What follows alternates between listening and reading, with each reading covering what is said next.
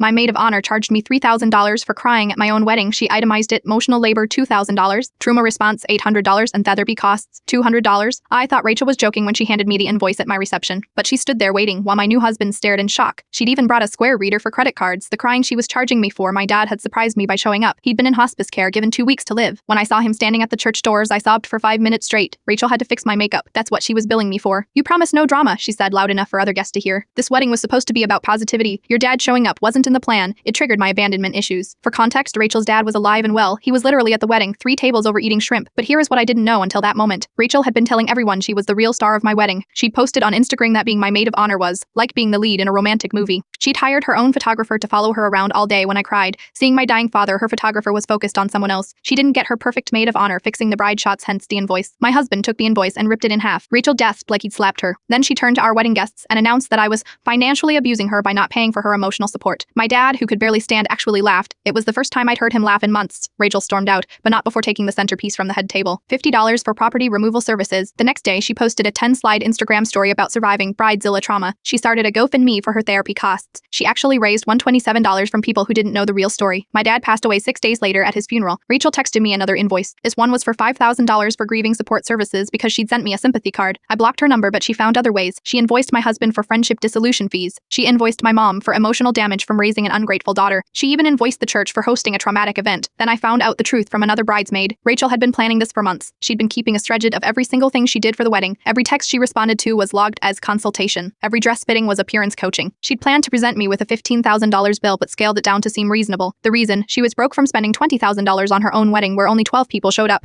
She thought being my maid of honor would make her famous on social media and she could become a professional bridesmaid. When that didn't happen, she decided I owed her money. 3 months later, she actually took me to small claims court. She showed up with a PowerPoint presentation titled Friendship as Labor. She'd cited academic papers about emotional work. She'd created graphs showing her dedication metrics. The judge asked her one question: "Did you have a written contract?" When she said no, he asked, "Then why did you agree to be maid of honor?" She actually said, "For the exposure." Case dismissed in under 5 minutes. But Rachel wasn't done. She started a X series called Surviving My Best Friend's Wedding. She twisted every story, making me sound like a monster who forced her into slavery. She got 10,000 followers who believed her victim narrative until my wedding photographer released the unedited video. It showed everything: Rachel posing for her own photographer while I was saying my vows, Rachel telling my grandma to move because she was ruining the aesthetic, Rachel literally pushing my cancer, surviving aunt out of a photo because she was in a wheelchair, and the moment that went viral, Rachel rolling her eyes and checking her phone while my dad struggled to walk me down the aisle. She lost all her followers in one day. The GoFundMe got reported for fraud. 3 other former brides came forward with their own stories about Rachel's invoice schemes. $100,000 for defamation damages. I framed it next to my favorite wedding photo part, the one where my dad and I are laughing at our first invoice. He would have loved knowing that even after he was gone, he was still protecting me from toxic friends. Rachel's now advertising herself as a wedding consultant on Craigslist. Her rate $500 per each hour. Her reviews: